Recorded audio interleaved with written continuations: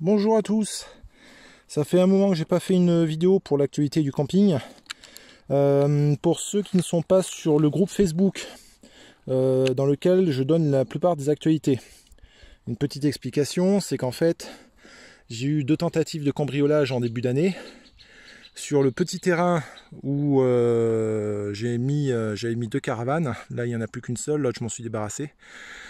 Ici en fait ce petit terrain se situe à quelques centaines de mètres des 30 000 m² de terrain où sera construit le futur camping. Comme vu avec le maire, je lui dis écoutez, il y a un gros problème, je ne pourrai jamais faire un camping de zéro en emmenant tout mon matériel etc sans être sur place.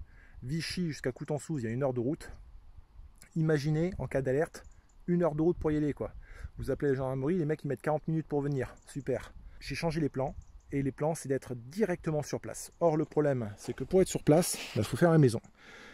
Donc là en fait ça va être une maison A, ce qu'on appelle les maisons triangulaires. La maison va faire 8 mètres par 15 de long, donc elle sera supportée par des piliers qui vont à 1,40 m de profondeur, parce que le dur est à 1,30 m. Là je suis en train de couler les bétons de propreté.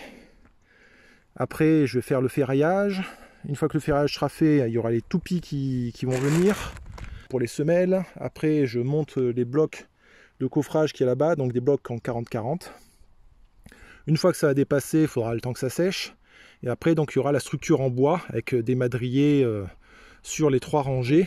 Écoutez, le camping n'est pas mort, en aucun cas c'est mort, parce que de toute façon c'est mon projet et il se fera, quelles que soient les conditions, il va se réaliser. La seule chose qui va différencier le projet initial, c'est qu'il est fort possible en l'état que le camping commence tout petit, mais il se fera. Il va commencer tout petit et au fur et à mesure on va s'étendre. Alors c'est bien qu'il y ait une sorte de retard. Parce que, comme j'ai expliqué sur le groupe Facebook donc du camping, j'ai 2 baraques à retaper. Le problème, c'est que j'ai fait en sorte de pouvoir vivre de mes revenus locatifs pour pouvoir attaquer ce projet à temps plein. Imaginez quand vous êtes salarié, que vous bossez 35 heures minimum par semaine. Moi, j'étais commercial, je faisais plus dans les 70-80 heures par semaine. Imaginez quand vous faites 80 heures par semaine et que vous devez en plus construire un camping de zéro, plus faire votre baraque à côté, c'est pas possible. Donc j'ai fait en sorte l'année dernière de pouvoir être autonome, indépendant, grâce à des investissements que je fais depuis 2004 dans l'immobilier sur Vichy. Je roule pas sur l'or, par contre j'arrive à être à l'équivalent de quelqu'un qui serait au SMIC. Voilà, donc je ne suis pas en déficit, je roule pas non plus sur l'or, mais au moins j'ai tout mon temps disponible. Je ne suis pas adepte du caviar, je ne suis pas adepte du champagne, les voyages première classe c'est pas du tout mon trip, les croisières 3 étoiles c'est pas mon trip non plus, les hôtels 3 étoiles, 5 étoiles etc c'est pas du tout mon trip. Les besoins sont minimes et donc forcément le train de vie va avec, donc c'est plus facile on va dire. Je vais mettre en vente mon petit logement que j'ai sur Vichy. Alors j'ai plusieurs maisons que je loue qui font 50, 60, 70 m². Par contre moi je vis dans un... Ça fait quoi? Ça fait à peu près 25 m², peut-être 30 m² maximum, je ne sais plus exactement, je regarderai. Sur Vichy, c'est une sorte de petite maisonnette, une sorte de studio en 2 niveaux, pas très loin des Cures, un emplacement stratégique. Et en fait, je vais vendre ce petit logement-là pour pouvoir me dégager les fonds pour pouvoir finir ici. Voilà. Donc si jamais ça vous intéresserait, que vous êtes potentiellement investisseur, eh bien écoutez, peut-être faire d'une pierre deux coups, si ça vous intéresse de soutenir le projet, en achetant mon petit logement, tant qu'à faire, je fais une publicité, sait-on jamais. De toute façon, c'est le but, de pouvoir mettre en relation les gens. Les 2 baraques, où est-ce qu'on en est depuis la dernière fois que j'ai mis mon poste? Première est quasiment finie. Je pense qu'il y en a encore pour 2 mois de travail. La deuxième, c'est un locataire qui est parti, il m'a tout bousillé dedans. Je pense en avoir pour à peu près 1 mois de boulot à temps plein, donc on va dire 3 mois. Là, on est sur le mois d'octobre. Ici, les fondations, je veux vite les faire avant que l'hiver arrive. Donc on va dire que jusqu'à fin octobre, je serai sur les piliers. Ça va nous faire novembre, décembre, janvier. Janvier, les baraques sont finies, seront remises en location. Donc on va dire qu'à partir de février 2024, j'attaque la structure. Sachant que je suis seul pour tout faire. Je suis seul pour faire rénovation, je suis seul pour faire tous les travaux, etc. Mais ça, j'ai l'habitude. Depuis 2004, tout ce que je fais tout seul. Et donc, on va dire qu'à partir de février, j'attaque cette partie-là. Février, mars, avril, Ouais, allez, je me donne 3 mois. On va se dire vers avril-mai, normalement la maison sera hors d'eau, hors d'air. Ce ne sera pas super bien pour vivre dedans, mais au moins le minimum, c'est-à-dire au moins être à l'abri de la pluie, au moins avoir de quoi boire, de quoi se doucher, etc. Bref, c'est l'essentiel pour moi. À partir d'avril, là la donne change. Parce qu'à partir d'avril, ça veut dire que je suis sur place et donc on peut attaquer le camping de l'autre côté. Donc on va dire que avril, mai, comme il y a toujours des retards, on allonge un peu plus. Hein. On va dire juin, juillet. Allez, au pire des cas, on va dire septembre. Septembre, les travaux commencent. On serait sur septembre 2024, septembre, octobre, novembre, décembre, janvier, février, mars, avril. Il n'est pas impossible qu'on puisse ouvrir sur la saison 2025, donc vers avril à peu près, en structure minimale. Encore une fois, tout va dépendre des contrats de partenaires et sponsoring que j'arriverai à trouver. Pour l'instant, j'ai levé le pied parce que du matin au soir, là je vais finir vers 20 h à peu près aujourd'hui. Demain, il y a le salon Polytech, il faut impérativement que j'aille là-bas pour voir la plupart des entreprises, quels sont les nouveaux systèmes, quelles sont les actualités, etc. etc. Il faut que je discute avec un grand nombre d'exposants. Je ne mets pas forcément des photos, vidéos tous les 4 matins, comme la plupart des youtubeurs. Par contre, si vous voulez suivre l'avancée de ce chantier, donc la maison A, allez sur Instagram. J'ai créé un compte qui s'appelle A _, donc la barre en bas du 8, Coutançouz.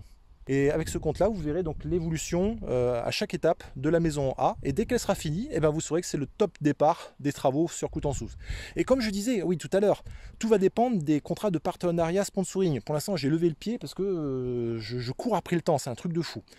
Et c'est là qu'on voit que quand on est 2 ou plus, eh ben, on va plus vite. Mais bon, malheureusement, les gens, on ne peut pas les inventer comme ça, hein, sauf avoir un porte-monnaie et pouvoir salarier des gens. Pour l'instant, je ne peux pas.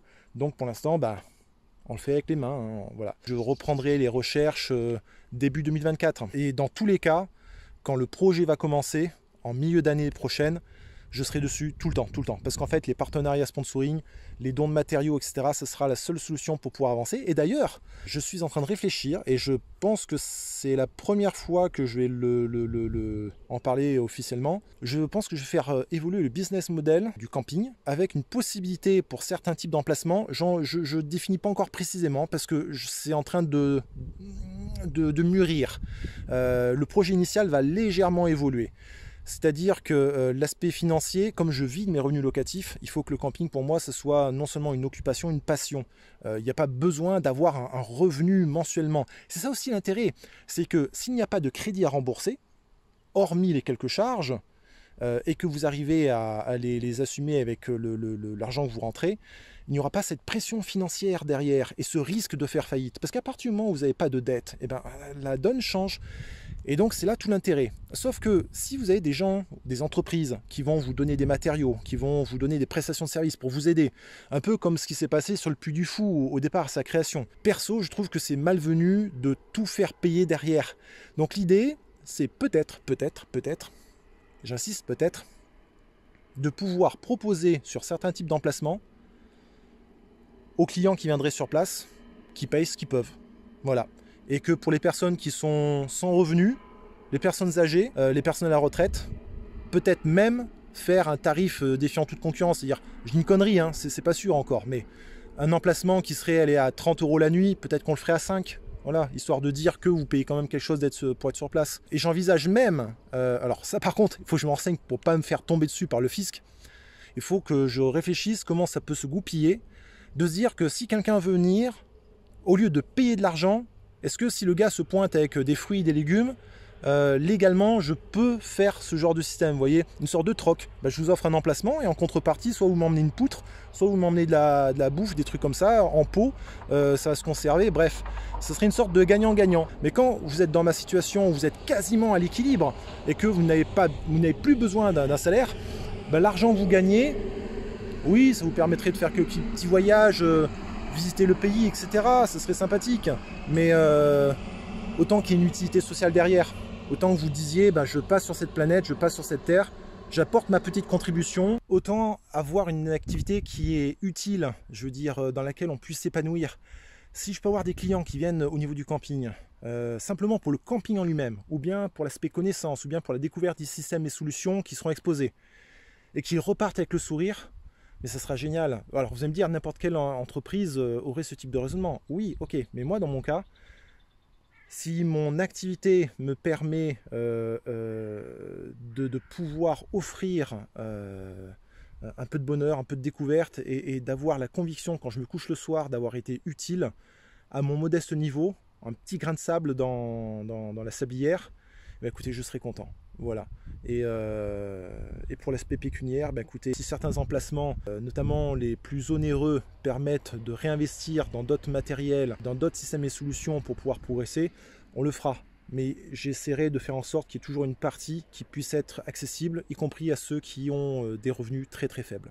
Pour l'instant, vous allez devoir vous contenter des vidéos d'animaux qui passent sur le terrain. Alors là, j'ai pas du tout eu le temps d'aller début octobre faire le relevé des pièges photos. Je cours tellement, pareil, même pour le montage vidéo, ça prend du temps. Et là, je cours après le temps. Chaque heure, pour moi, c'est important. Je ne vais pas dire que je suis à la limite du burn-out, mais bon, quand vous êtes comme ça, du boulot du matin au soir, je pense qu'il y en a beaucoup, des entrepreneurs, des salariés qui doivent connaître ce que c'est. C'est chaud, quoi. Alors moi, de mon côté, en plus, j'ai personne à mes côtés pour soutenir moralement, donc c'est compliqué. Et donc on fait avec, mais voilà. Donc prochaine vidéo sur les animaux, je pense aller peut-être sous 2 semaines, j'irai faire le relevé des pièges. Donc dans tous les cas, je vous tiens au courant. Alors n'oubliez pas, Instagram, _Coutançouz, donc pour le suivi du chantier ici. Et sinon, sur le groupe Facebook Camping La Ressource, où je publie la plupart des actualités. Voilà, et demain Polytech, mais bon là il est trop tard pour que j'annonce, je serai là-bas. Donc on verra sur les prochains salons. De toute façon il y en aura d'autres. Je sais que le salon 7, j'irai également, c'est indispensable pour pouvoir rencontrer des exposants, mais également de potentiels clients. C'est des lieux de rendez-vous, tout le monde n'habite pas forcément au même endroit, donc ce sont des salons qui sont à la fois utiles pour rencontrer de potentiels partenaires sponsors, mais également de potentiels clients et des gens qui aiment ce type de projet. Ouais, allez, bon, c'est reparti, on va continuer de mélanger ça.